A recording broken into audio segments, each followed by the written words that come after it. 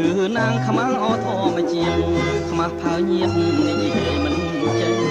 ទេស្រណោធ្លាប់ដើរទៅណាទាំងគូឥឡូវអាសូរបងដើរម្នាក់ឯងណែបងស្រវាំងដើរដោយវងវែងនេះហើយស្នេហ៍ឲ្យចំបែងស្នេហ៍ដូចជាផ្សែងហើយឆ្ងាយឆ្ងាយទៅ